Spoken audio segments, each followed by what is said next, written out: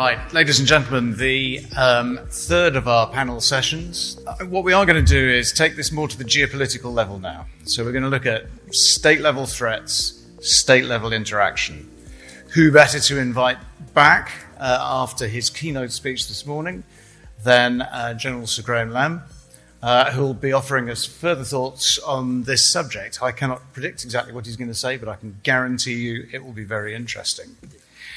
George Piro, you could characterize this, I suppose, as sort of SAS versus the FBI, which is a very interesting matchup in itself. People would pay quite a lot to see that, I suspect. But George is a former special agent in charge for the Miami division of the FBI.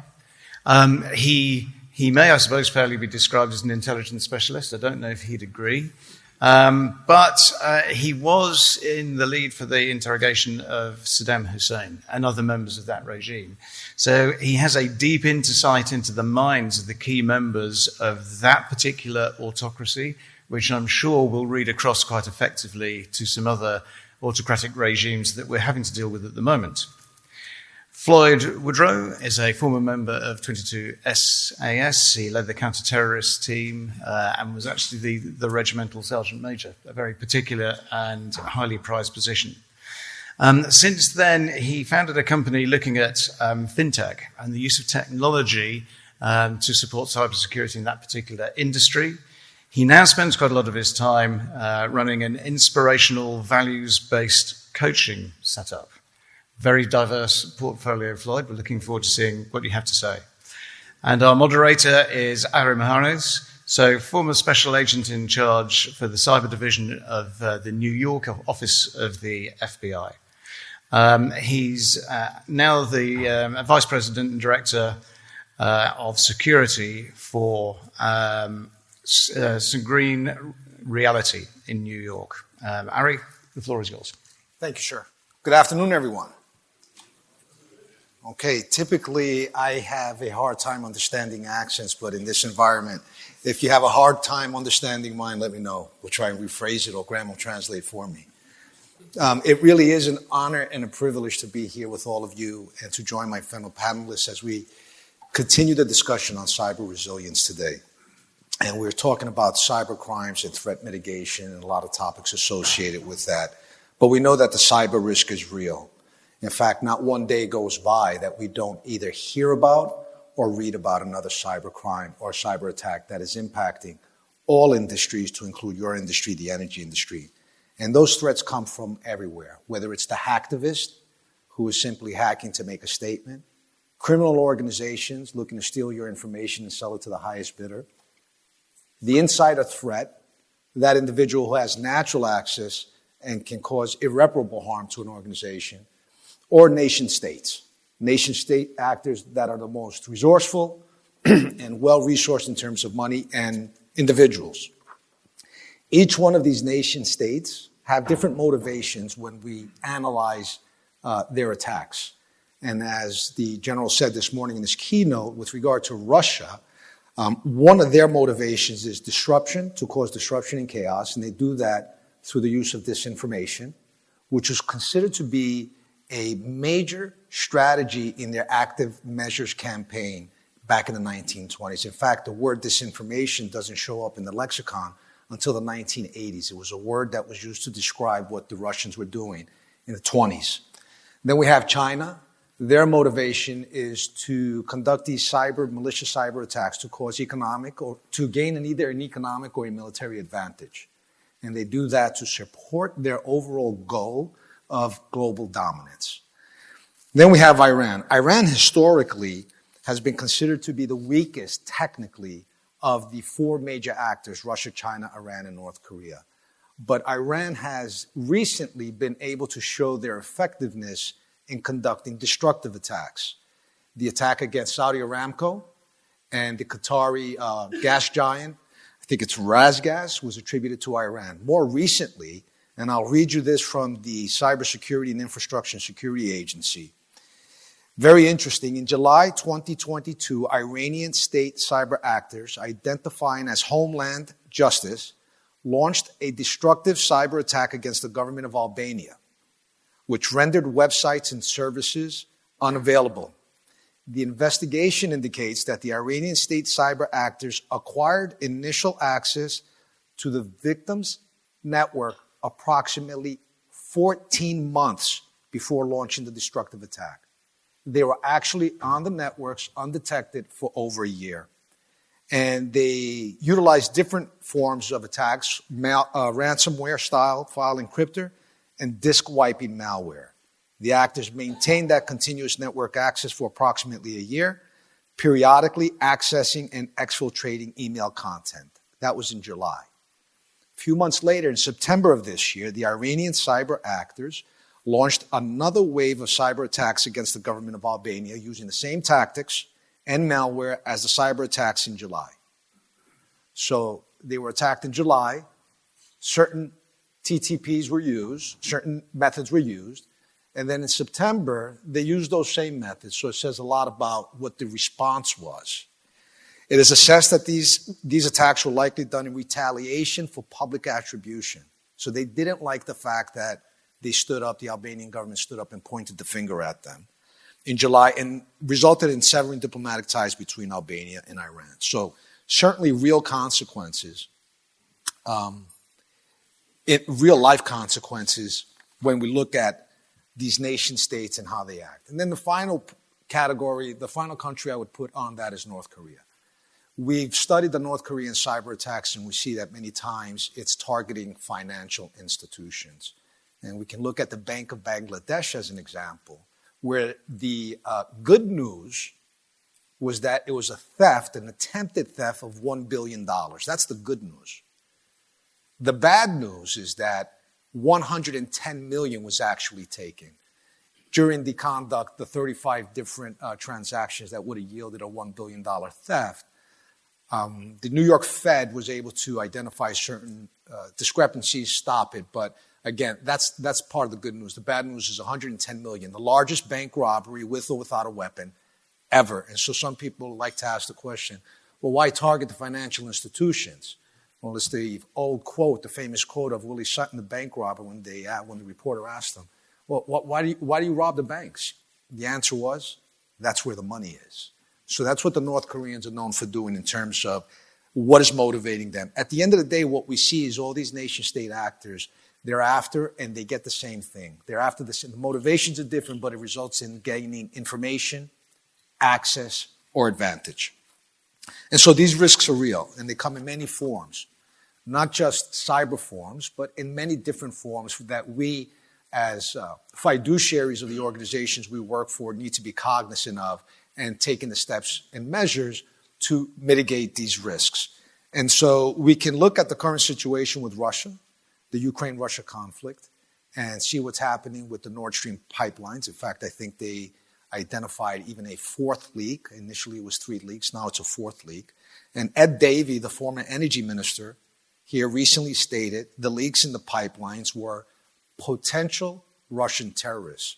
So now we shift a little bit from the nation-state activity of cyber, and we have now the former minister saying possible terrorism. And we don't know. I think eventually the truth may come out. But there's a lot going on there in the Russia-Ukraine conflict. And so I'd like to ask Graeme and start the conversation by asking, the Russia-Ukraine conflict, is it really as it's being posited that it's about land, gaining back lands that were historically part of Russia proper? Is it about protecting the Russian nationals that are inside the Ukraine border proper? Or is it something else? Is there another motivation behind it? I think there's another motivation behind it. Here's the interesting sort of position I think we find ourselves in now, which is that Ukraine, I think, for Russia, for Vladimir Putin, was an operational objective.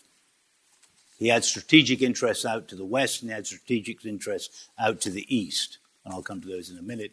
But Ukraine was just another move, Georgia, Crimea, and then up to Ukraine. I think he envisaged, and it's important to try and, I think it was Woody Allen that once said, if you want to have a laugh with God, tell him your future plans.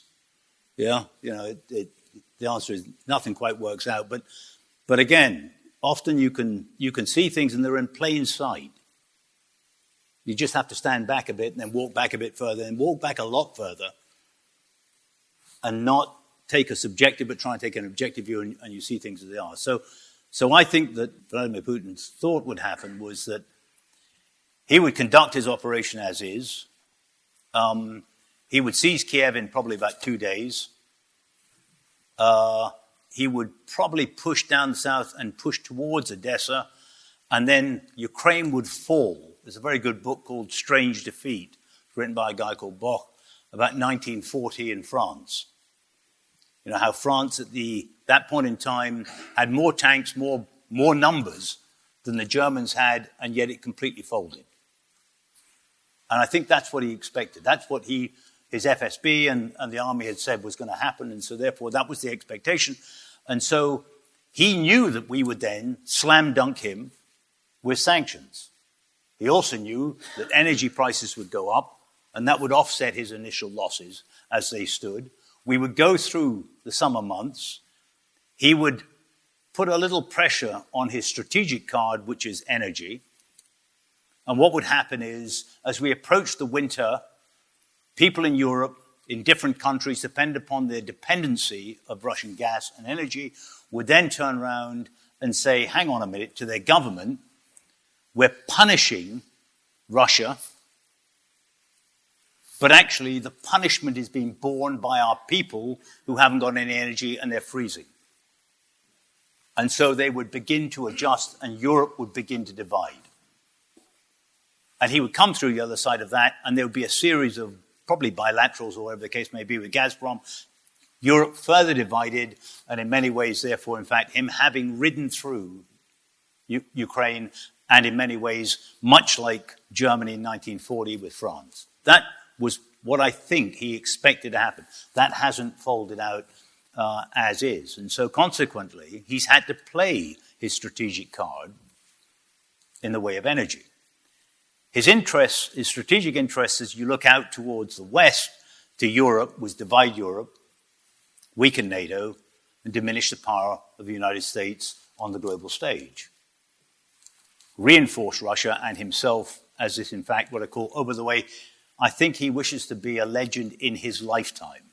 It's not about a legacy, a legend in his lifetime that matters through. And so this was his, if you look out east and say, what was his interest? I think he wished to be able to look Xi Jinping in the eye as an equal. Now, economically, we all know the reality that Russia is a large gas station with a bad economy. Very narrow margin in the way of its market space, oil, gas, and some minerals, rare earths.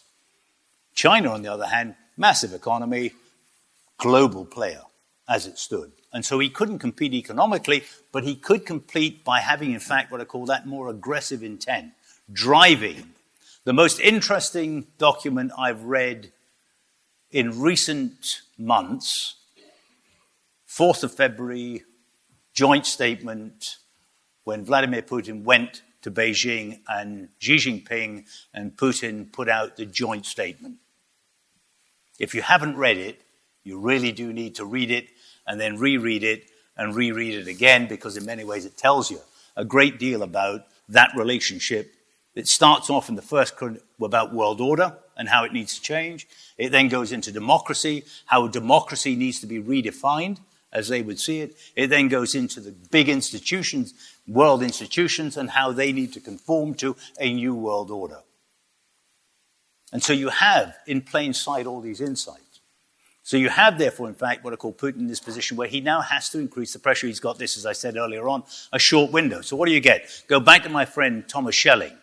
Yeah, his core theme in game theory. His core theme was these two requirements which he needed to deliver. One is dynamic instability. You create or you embrace dynamic instability. And the second, you don't manage risk, you manipulate risk. And so he is absolutely playing on a dynamic instability, increasing that, loading onto our fears as it stands, but manipulating risk. As I go back to the point when described about Schelling, dancing at the edge of the cliff face. So that's where I sense he's at, and therefore that's the problem he now faces as he looks towards. He would have gone to Samara Khan the other day, where he had a sidebar with Xi Jinping. He had a difficult TV conversation with Modi, who said war isn't the right way to do stuff, and then was left waiting. He would have gone back to Russia very, very angry as an individual. If I may, folks, and we also recognize that these topics that we'll be touching on are very dynamic because they're happening in real time. These are real events. So please do not hesitate at any moment during, all the panelists agree that it's going to be more effective to talk about the things you want to speak to rather than to hear the things we think you want to hear. Yeah. So at any moment, please just raise up your hand, stand up, and just ask. We have a question already. There you go. Yes, sir. Given that the Russian there's a current lull or unexpectedly low levels of Russian cyber activity, and that we've had these Nord Stream 2 pipelines burst, and it's unlikely that these cyber resources have just gone on holiday in the middle of the conflict and everything.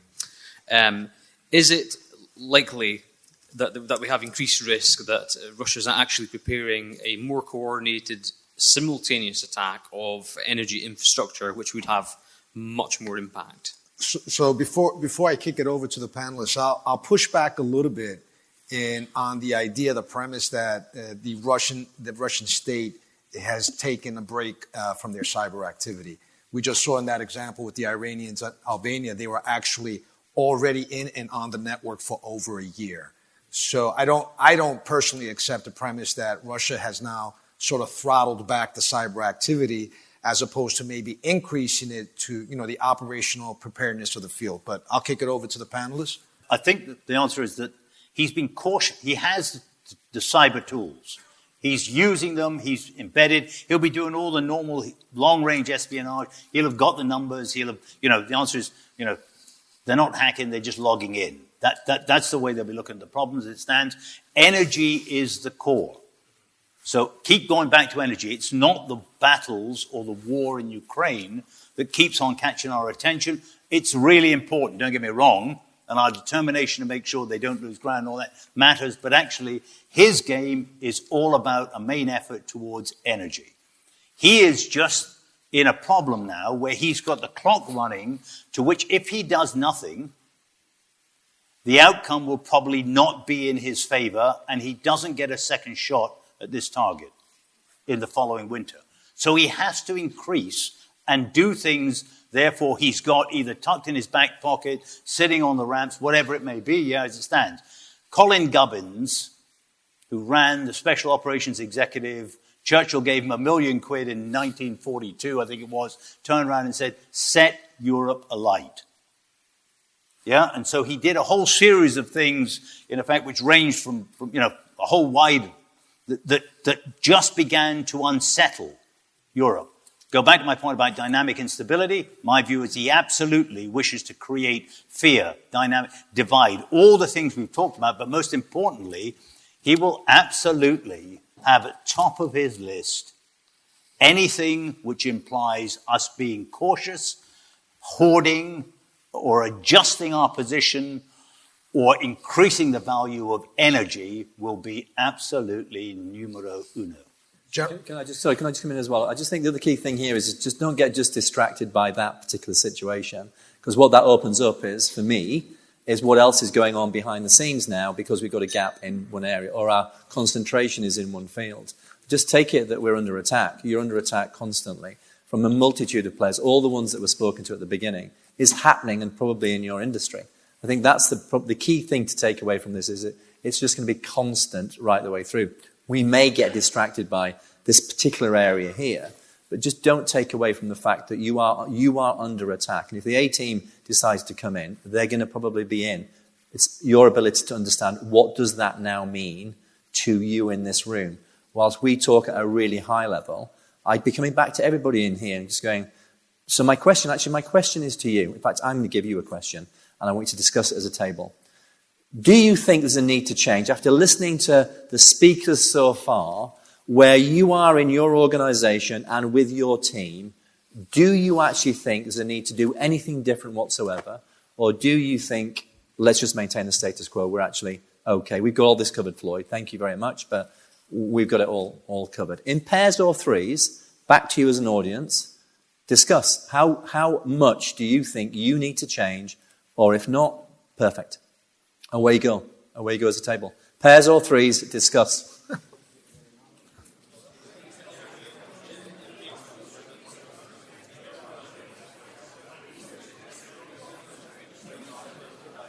All right.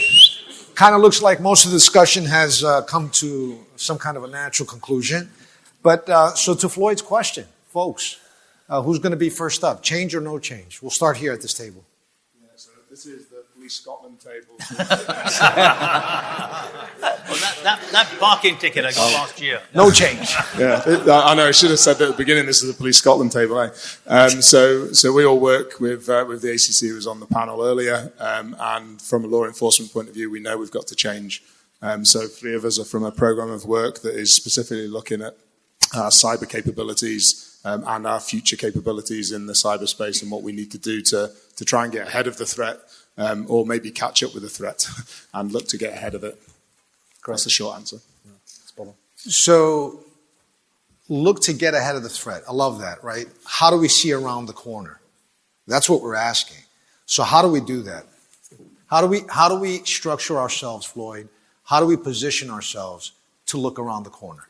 Okay, I've got to come back to one thing that for me is fundamental in anything when it comes to all of these things is you are clear on where you want your department, your brand, your capability to be. I think it's got to be super clear from top to bottom.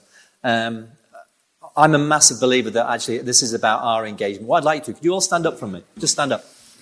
Stand up. I want it to be interactive because you've been far too just sitting down listening to speakers. Close your eyes. And what I want you to do is point your body to where you think the north pointer on a compass would be. Just point your body to where you think north is. If you're still facing me, you're in the wrong direction. Just trust yourself. Right, open your eyes and have a little look around the room. So we all think north is in a slightly different place, don't we? Sit back down. Happens to be that way.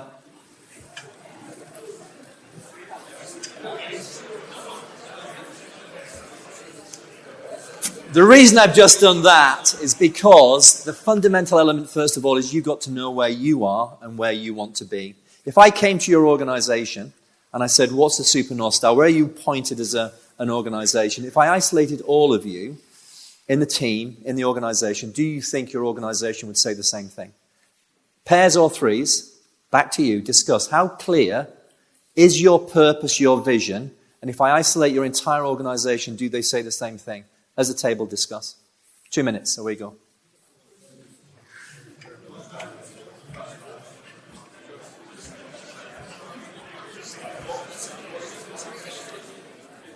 Okay, time. The key thing for me is in order to see around the corner, you've got to know which direction you want to go in the first place. My natural instinct is sometimes it's not as clear as it could be. And when I work with top multinationals, and that's the first question I ask any exec or senior leadership team, they don't know. They cannot give me a coherent answer, which means your priorities are in the wrong direction potentially, and then I'm not even clear you've got the right strategy. Most importantly, that has to be communicated. The key thing on all of this for me is you fundamentally know actually how good do you want to be? What does that bar look like? And is it clearly articulated? Because then I can start to come to all these phenomenal discussions you're getting today and understand how you're going to maneuver your team, your organization around the difficulties that we've already agreed you're probably facing now. So the start point is definitely where you are. And then, of course, the knowledge that you have on your competition enables that to allow you to progress in the right way. I hope that helps a little bit. So Floyd has done a tremendous job in actually getting us engaged in 2 fundamental questions. Change or no change? Where are we and where do we want to go? And that's something that the FBI had to contend with. Real questions they had to ask and answer in the post 9/11. What do I mean? We heard earlier from the general about the threats and being able to put the pieces together and sort of envision what the future looks like. And in relation to 9/11, those pieces were there, but there was a failure somewhere, obviously, and we felt those consequences. So, George, I'd like, if you can, to sort of walk us through some of the challenges we faced with the risks that were there, the failure in communication that led to these results, and then where were we and what direction did we want to move to and actually did move to? So, of course, pre-9/11, not only the FBI, but really the U.S. intelligence community was more designed or operated in silos. Right? You had the different agencies with different responsibilities and a lack of appreciation of the other entities' capabilities, information, and value to the overall picture. And as a result, while there was information involving the 9/11 hijackers that were in each agency's holdings, since they were never really brought together where a holistic picture could be then presented, and then from that an intelligent decision or a proactive solution could be brought. From the Bureau's perspective, of course, as we saw ourselves as a premier law enforcement agency in the world, our focus was really on criminal investigation and prosecution. And we did that extremely well. That, of course, did not work post 9/11. Right? The Bureau, as an organization, had to reevaluate its not only priorities, but its kind of core function. And for an agency to go from good to great, if you look at all of Jim Collins' book that talks about good to great, it talks about looking at what an entity is at its core competency, what it's really good at, and that's what it really has to focus on to enhance and improve. For us was not only the collection of intelligence, but also the ability to share that information so that we can deter, prevent, and disrupt threats versus thinking about prosecuting those that are responsible. Changing human culture is extremely difficult.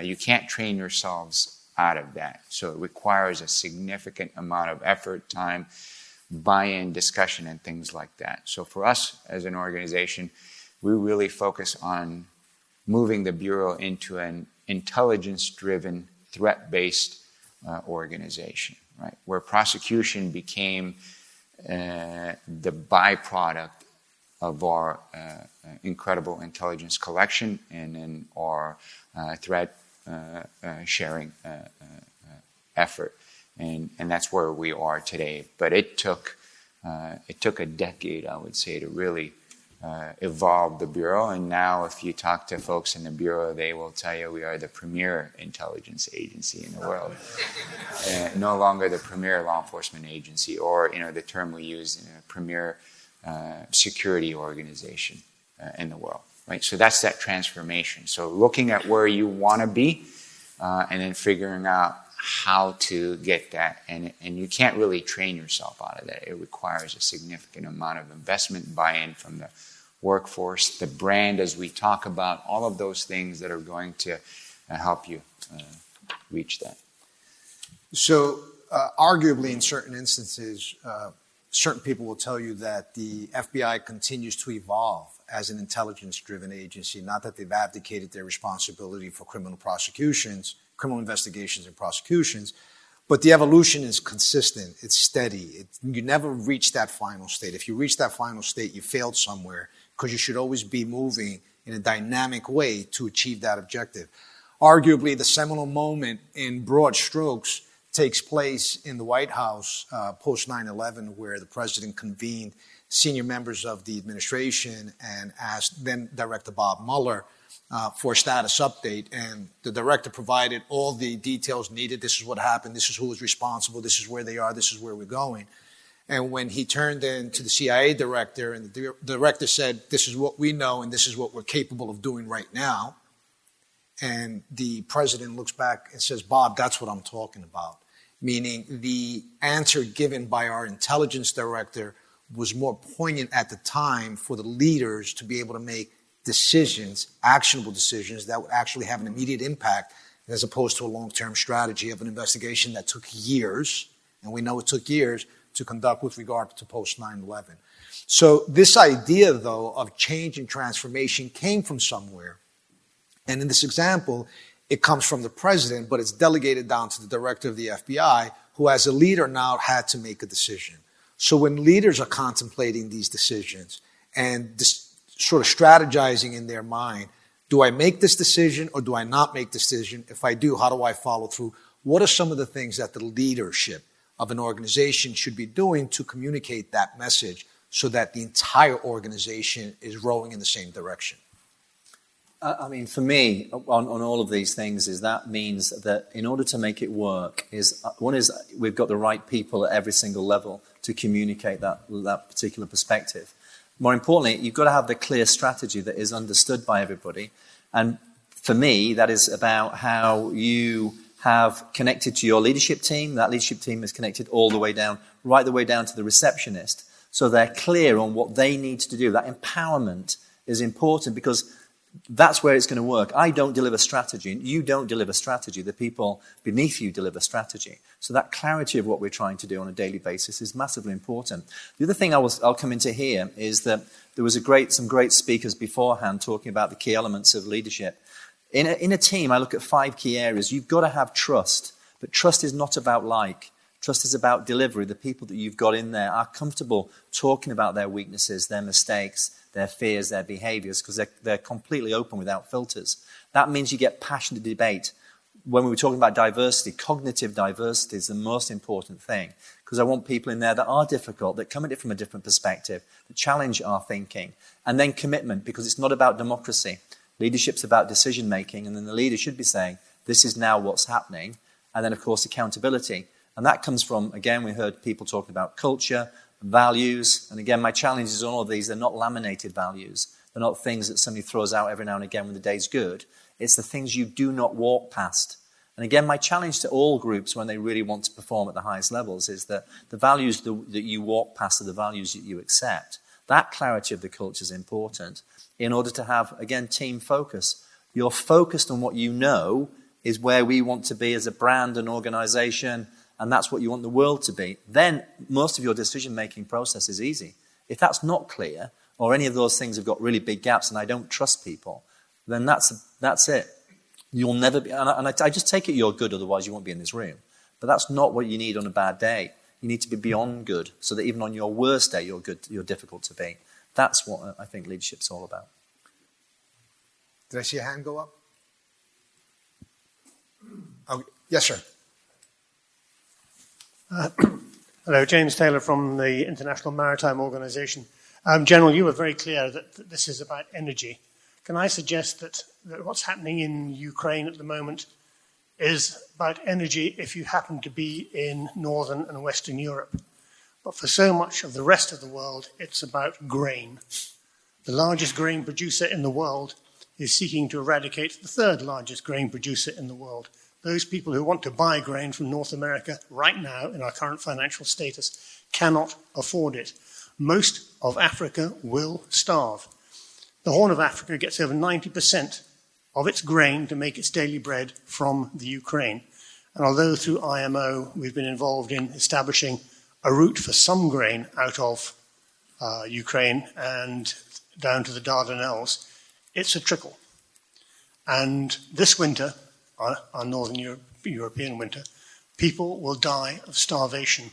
Now, do you think that was part of Putin's calculation, or is it an interesting byproduct because it allows him to step in as the white knight come next year and supply the grain of which he has a very great deal? My view is it was a byproduct. That sounds rather dismissive and rather heartless. But the truth of the matter is, I sense that's where it's at. He tried, there was a series of what I call sort of propaganda and sort of what I call, which was the West is guilty for the lack of grain getting to And that's why he then opened up the port, the Black Sea, and all the rest, in order to try and sort of give it all. I'm not the guilty party here. But actually, my view is that the Graeme was never a lever he wishes to pull, because Africa, to him, is merely a resource, is there to be used, abused, and or taken advantage of.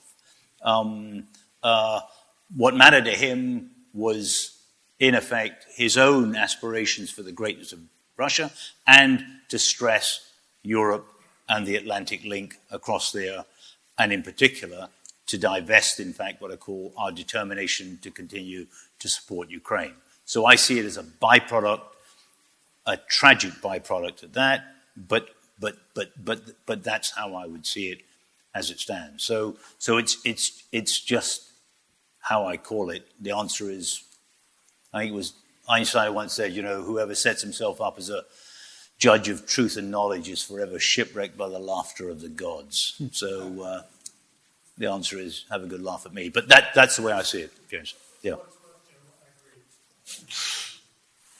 So if we could just follow up on that for a moment. So as you look at the current conflict, draw a little timeline for us, from where we are to whether it's this winter, next winter, this April, next April.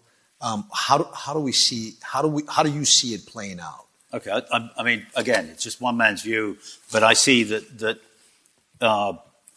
the sort of events we saw in the last few days against the pipeline and the like, the mobilization and all the rest here, he mobilizes to merely occupy the three spaces, Crimea, the Donetsk, and the Luhansk regions, in order to reinforce what he's already claimed today, which is his Russian territory.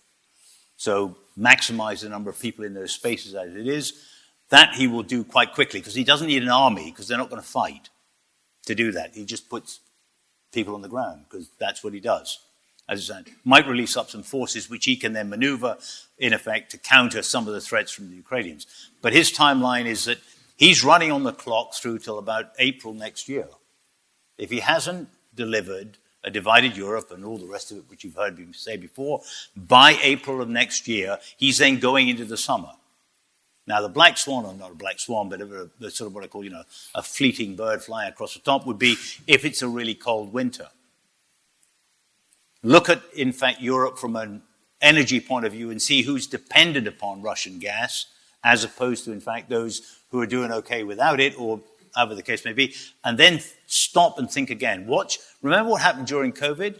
Europe wasn't too good at sharing COVID, as in vaccines. There was lots of, we've got this on a contract, you need to give it to us, even though you're going to, et cetera, et cetera. So Europe wasn't really a very collective body during that time, as it stood. They're just about to go into, in fact, what I call a time when they're short. And now Germany may have got to 85% of its stockpiles for what it can hold. But the reality is they have three outlets for that. One is their own people. And don't forget, dynamic instability, you absolutely want to set alight through social media and all the rest here, in effect, social distress and social unrest in Europe. But in this case, you turn around, you've got to keep your people alive and have sufficient fuel for their own homes and all the rest here, if you're a German. Secondly, you've then got to, in fact, what I call, you're trying to re-crank your economy, of which you need piles of power to basically run sort of automotive industries and all the rest here as it goes through to get stuff in, et cetera, et cetera. But actually, that's insufficient for what the demand on German energy will be, because they have a third outlet, which is they have to not share, but give energy to Europe, because people out there will have less than 50% or be even more dire straits. So the cohesion of Europe is all about this period up until about, like I said, the spring of next year. If Europe can hold it together, if they can remain their determination towards Ukraine, if Ukraine holds the lines on the two river lines as it just about is as now, in many ways, then the truth is, in fact, his energy weapon for 24 winter is pretty defunct. And what he's done in basically pissing off all of Europe and the West, he's absolutely, in fact, probably set Russia on a line where the energy value of Europe will no longer be, in fact, what I call anything he can use or look forward to, or Russia can look forward to use. And so therefore his economy will diminish down. So he's got the sort of this out until about April, then he's got through until what I call the sort of the following winter to prove that in fact, that his move on Ukraine has been a disaster economically for Russia. Same time, if he fails in those accounts, he does not engender himself as a good friend and a popular ally to China. The gentleman's question raises a great point, and thank you for that question, because we start off in the Russia-Ukraine conflict thinking it's about land and about the people, and then we transfer that over towards the possibility that it's all about energy, and certainly whether it's an intentional or unintentional impact on agriculture or grain. And so when we think about the cyber risk, we think about that in terms of qualitative and quantitative damage that a company is at risk. So we look at what is the value at risk? What is it that the organization is involved in? And what is that value at risk? So if you're a massive online retailer like Amazon, you can get that down to, for every second you're down, what that cost is going to be per second. So there is a value at risk, and the quantitative piece of it, for the most part, can easily be ascertained if you're in a goods business. But the qualitative risk is the risk that is not measurable by normal standards, but certainly open to potential impact and damage. And so I throw that up to either George or Floyd to talk to us about the qualitative risk an organization assumes when they fail to take action on known risks they're confronted with. So for a company or organization that fails to one, identify risk, but more importantly, react or address the risk, it goes without saying. The impact will be to not only the core competency or core value of what that organization or agency is established for, but the long-term impact to the brand, and it comes down to the trust, right? So a organization or a company is only as effective as its brand, and the trust, whether it's the public or the employees or customers have in the brand. So failure to identify the risk, especially, and then taking the appropriate action. The long-term effects are going to be felt in a way that is going to truly be a detriment to the brand and then the existence of the organization. There's something I'd say here as well. It's about once you've seen the risk, once you've identified it, for me it's always coming back then down to what you're going to do about it. And of course we can sometimes think that we don't have the authority or the ability to change things. So if I just want to talk about a situation that happened to me. In 2005, I was what was known as an operations officer. I was responsible for operations around the world, and I was called into London for the 7/7 and the 21/7 bombings as part of a big team from the Special Air Service. And during that time, I became a military gold commander, and I was responsible for looking at how, if we were to be used by the police, how we were to coordinate that. And I saw some super talented groups, intelligence services, police, military, ourselves, trying to do some great things.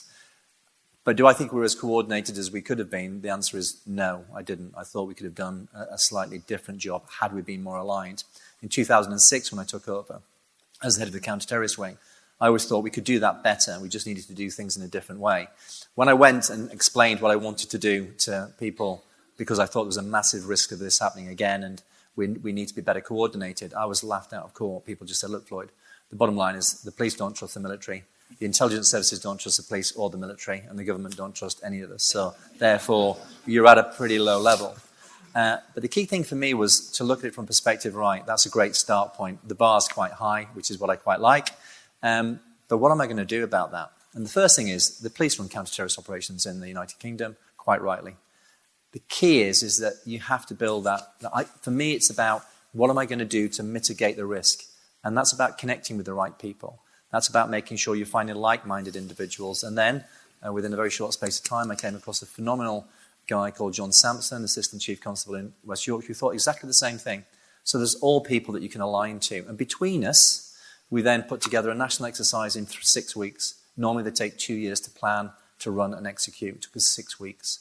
And from then on, we actually brought in the rest of the country to do various different things. The key thing I'm just saying here is that once you've identified the risk and you understand it, it's the so what's for me. So what are you going to do about it? And again, the great thing about people in here, you understand the risks. You understand what needs to happen. So what's the plan? How are you going to influence it? Even when you think, perhaps I don't have the total authority to do it, what does that look like? That would be my thoughts from that. Yeah, I just add on to this. And here's the bad news. You have just spent the day here, and your day job allows you to assess and understand the risk unlike anyone else in your company. Everybody here has identified that you need to change. So who owns the change, the risk, and the to-do? Well, it's not the board. It's not the receptionist. It's the whole company, but who's going to make that difference and make that change will proceed until apprehended. Will just get on and step out is the people in this room. And if you don't, then we could be back here in a year's time having the same talk about the same stuff, and you would just find yourself possibly, in effect, facing all sorts of problems that are already there. So the responsibility doesn't sit with the board. The responsibility is in this room because you understand the goddamn problem. No one else does. Not like you. You're the experts. You're the people who can reach up, reach down, reach sideways. You own it. And if you don't own it here, you don't own it today, you've got whatever we can give you, the truth of the matter is, then don't expect your company to change 1 degree in what it's currently doing, just pedaling harder. I have a question. That's unfair. That is unfair. That is really unfair, Harry. I identify the risk. I understand the risk. And I understand the need for change, because I agree with change. But I don't control the money or the resources. Somebody else does. I want to do the work. I really do. I'm dedicated. I don't want to fall victim to it. But somebody else controls the money. Somebody else controls the personnel to get this done. How do I now approach the purse to get what I need? Okay, 2 very quick ones, and then I'll let the professionals answer here, yeah? The first one is that General Shinseki was a great guy, a great American general, ran the Chief of Staff of the American Army.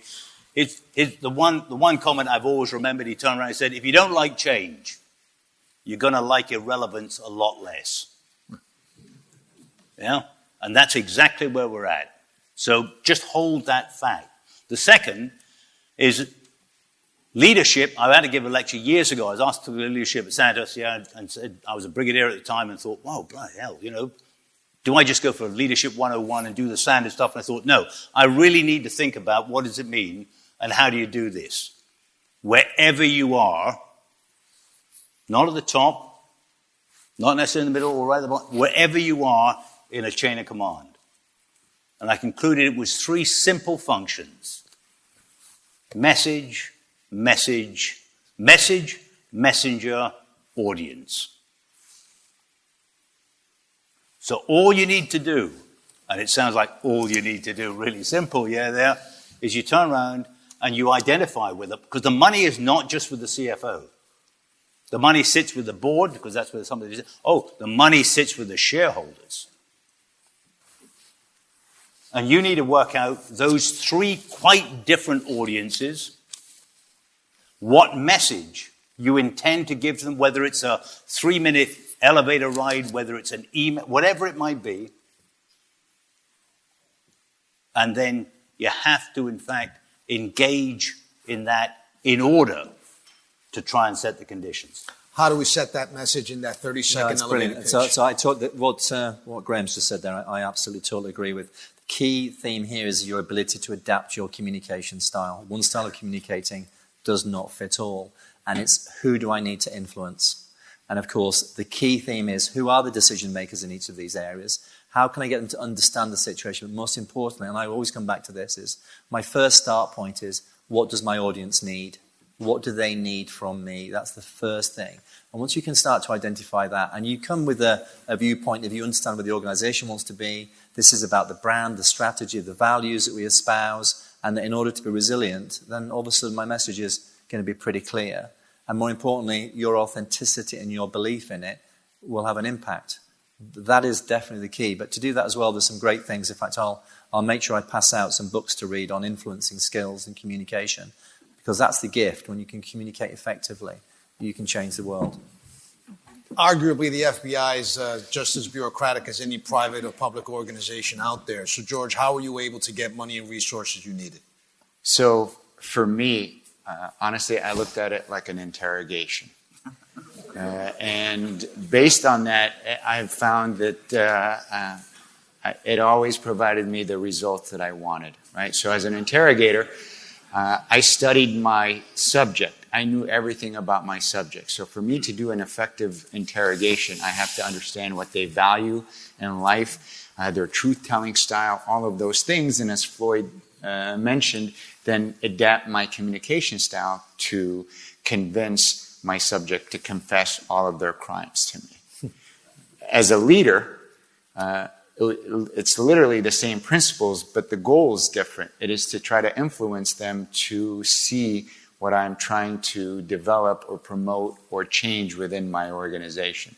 But the principles are the same. So whenever I would ask for money, I would find out who I was presenting to. As Floyd mentioned, my audience. I study their background. I look at what they're interested in, what their degree was in, all of those things that made me understand who they were. So when I communicated, I could communicate in a language that they would understand. Present it in a fashion that it would resonate with them, and I would be able to get their buy-in. And it's really, once you look at it from that perspective, your ability to influence, get them to understand it from their perspective, it really does change the approach dramatically. You basically ran an undercover operation on you guys. Got it. Floyd? So there's a really great behavioral change stairway, which George will know about. The first thing is also your initial contact, your opening lines, your first impressions on that engagement has to be important, because the minute we stood up on the stage, you're making an assessment. You could decide what car I drive, my intellect. We present something. So the key is for me to understand that. You've got to build rapport with the people that you're connecting to. You've got to understand and get an emotional connection. Then trust comes in.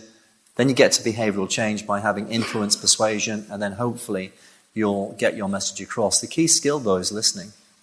The key skill that you'll need in any communication is you need to make sure you understand what they need by listening to what they're saying and having a great overview of that. And that will fit every culture, and the time scale that you need, you can accelerate it, as I said, by just following some simple principles. And you need to add one more level to it, which is you may not be the messenger. You may identify the person you need to get the information to. There's somebody who is, in fact, their mentor, somebody they respect, somebody, a board, a committee. It doesn't matter damn what it is here. You, because it goes back to George's point, with an interrogation without a water board, how you, in fact, identify this, you turn around and say, this person can be got at far more effectively than by me. But I now need to influence and set the conditions for that, for this to go through. The second point is the message. I remember David Petraeus, General Petraeus, and Ryan Crocker, great State Department ambassador, in when I was in Iraq, heading back to join the surge in 2006, and they said, and David turned around and said, "Hey Lambo," he said, "What do you think of the brief? You know, they're going back to talk to the Hill, Congress and Senate at the same time, yeah." And I said, "Hey, I said, David, you've taken 200, as only the Americans can do, 257 slides and crushed them into 6 murder boards, to get your information across. I said, you and Ryan have got it nailed in that respect. But for what it was as a Brit, I said, talk straight through the hill. Make sure you talk to Middle America, because it's their sons and daughters, uncles, aunts, wives, husbands, and children that are going to die or put in the extra months in order for us to try and give a shot for politics to return here. So how you send this message requires a sophistication, and the method in which you do it, which is not just you going up to the CFO, having done the research and said he or she is really interested in skiing or something, and they're having a long conversation about that, but actually, in fact, has this level of depth of sophistication that, in effect, will allow you a shot at the title. And no matter who that person is, it's always better to do it over a pint. Just make sure it's done before the actual ask. So I think we're running up on our time. Yeah, we can certainly take another question. Questions before we close? Yes, sir. Thank you for all of that. It's all very interesting. I think all of us have different views, perhaps slightly different views on what Russia's doing, and therefore we need to watch it. I was thinking about the enemy within. There is quite a large Russian population inside the UK, an even larger Chinese population. For example, there's 6,000 Chinese students at Glasgow University, and the numbers of students in Aberdeen is increasing. I wondered how we look upon that as a cyber threat from within. So we know that exists. The Chinese have an official program called the 1,000 Talents Program, where they do exactly that. They identify the smartest and the brightest and send them overseas to other institutions, educational institutions, to not only learn what is being taught in the Western society, but also to position themselves in such a way to not only have access to R&D that is typically not available to the Chinese government or to any other foreign governments for that matter, because it's closed. And in fact, we know that the Iranians engaged in a sophisticated cyber attack where they stole the R&D of over, I think it was 141 different universities across the globe, 30 terabytes worth of data, hundreds of $1 million worth of value in that data itself. And they did that through a very unsophisticated technique by engaging more spear phishing as opposed to hacking. So we know that exists, and it's incumbent upon the governments and these educational institutions to really vet and filter these applicants, because ultimately what happens is these graduates now that are seeded, long-term seeds from these foreign adversaries, they go now into the financial institutions, into public sector, energy sector, right? Not only to potentially compromise, but not so much compromise as opposed to steal the intellectual property, because therein lies the true value. So it's a very real threat when we talk about the insider threat, in particular, in this case, economic espionage. But there's also a danger, which is you assume that everybody who's Chinese or Russian is therefore, in fact, on the wrong side. And that would be a mistake on our part. That's correct. Because what's really, really important is that we actually, in fact, define ourselves by the way we live, what standards and values we stand for, the way we conduct our relationship with others, our honesty, our humility, our straightforwardness, our underlying culture, our values, freedom, rights, liberty. All these things are really, really important, because those young people will go back, and the vast majority are not. And they'll go back and look at something which they see, this doesn't enjoy liberty. I don't have the opportunity. I don't have the freedoms. I don't have, in effect, what I call the rights which I noticed and enjoyed at Yale or Oxford or Aberdeen or wherever the case may be. And so, therefore, there's a side to this which we must not bend everything to, in fact, what I call those few who will be absolutely here with malicious intent or with the opportunity of looking for malicious opportunity, while the vast bulk of young people, in effect, are people we need to influence by who we are and what we stand for. So ultimately what we're talking about here is risk, and that's correct. That too remains a risk, what you described, the environment of students from nation-state foreign adversaries to the West, being sent to our institutions of higher education, it's not always for nefarious purposes, but there is the risk mitigation piece of it there. And with regard to risk mitigation, just wrote down some thoughts, and I found a quote that I liked. With regard to think big, start small, but scale fast. Think big, start small, scale fast. I think if we take that type of approach to risk mitigation, we should see some measurable sort of data points of success there. And Gary Cohn, investor, if you don't invest in risk management, it doesn't matter what business you're in, it's a risky business. Right? So just, again, a little play on words, but something that is, I think, very apropos. And I'll leave you with some stats that I just drew this morning. With regard to the cyber threat and the overall discussion, you can put it in perspective and context. 30,000 websites are hacked daily. 64% of companies worldwide have experienced at least one form of cyber attack. In 2021, 22 billion documents were breached. In 2021, ransomware cases increased by 93%. That actually hurts me because for many years I've been preaching against the ransomware and to stay vigilant against it. But up year over year, 93%. Every 39 seconds there is a new attack. An average of around 24,000 malicious mobile apps are blocked daily on the internet. And so I think somebody said it earlier today, this is a war, and if you don't realize you're in one, you don't have a chance. So that's it, folks. Thank you for your time. It was a great pleasure. I hope you enjoyed it. I certainly did. And thank you to our panelists who gave us incredible insight.